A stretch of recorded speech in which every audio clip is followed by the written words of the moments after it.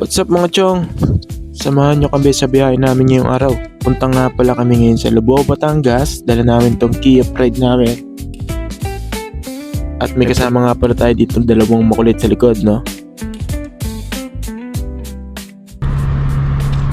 Bossy, kamusta naman yung pagdadrive? Ano naman?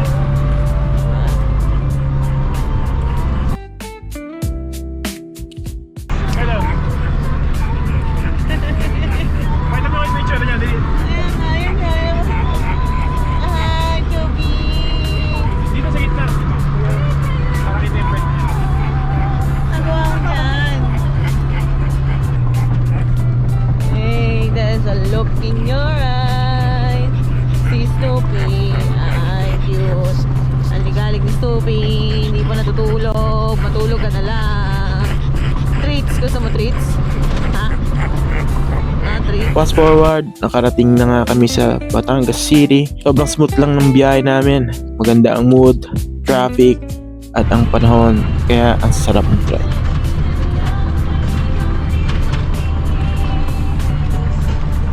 Kiti-kiti na sila. Kiti-kiti na sila na muna. Hindi naman na sila na Ayun kiti-kiti. pala, di pala. I-flex ko lang ng bagya tong Kia Pride ko mga chong, no? Tignan nyo man, mukhang malinis pero napakadupak niyan mga chong. Nagpagas na din tayo dito para wala nang aberya. Dire-diretso na tayo. Bakit dala ko pala lahat ng charger ko? Ay, sa iPad ko na lang ko. At nakarating na nga kami dito sa Barangay Poblacion, no? At yung munisipyo dito, chong, napakaganda, no? Para siyang White House, no?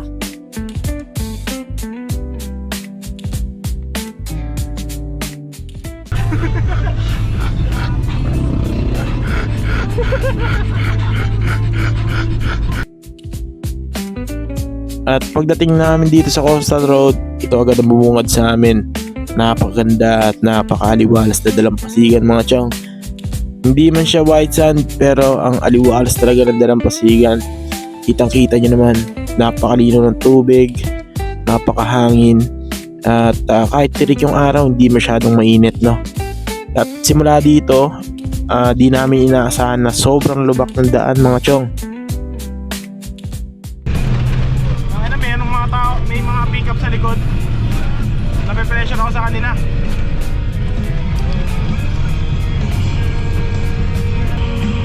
Punta na kayo, boss.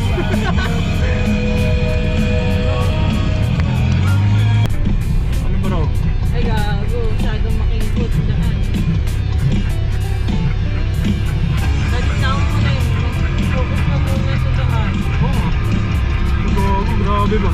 Hindi ko tatama sa ilalim ko to.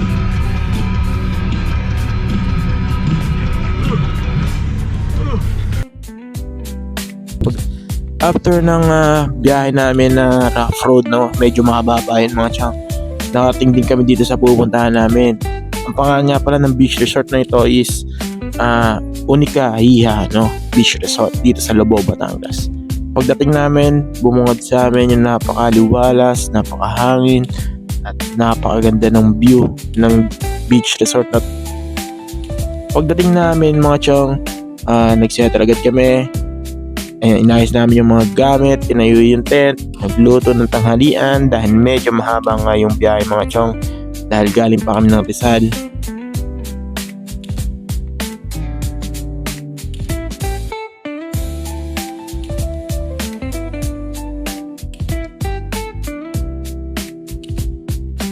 Kinabukasan, mga chong, maaga kaming nag-pack up dahil nga hanggang alas 12 lang naman yung stay namin dito. At ganun, para hindi ma-hassle, paglikpit agad, tapos diretso uwi. Yan. Binalak namin punta dun sa mga church kaso hindi na rin kinaya ng oras namin. Ayan nga pala ang view niya pagkatanghalin tapat. Napakakalmado lang mga chong.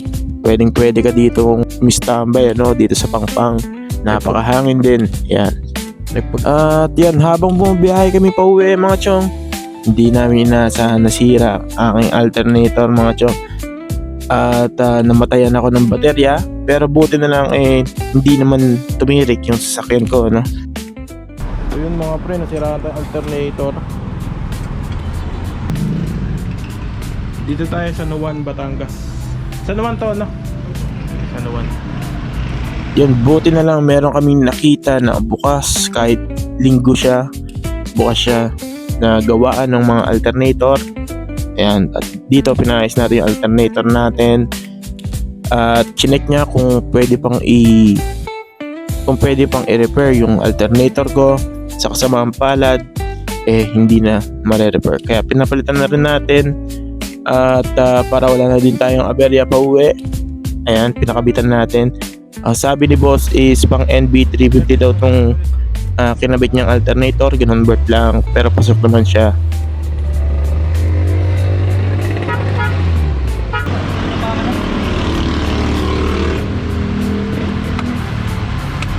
Ano ba? Tutubig pa nga yung ano yun. Tabucho. Parang view mo na.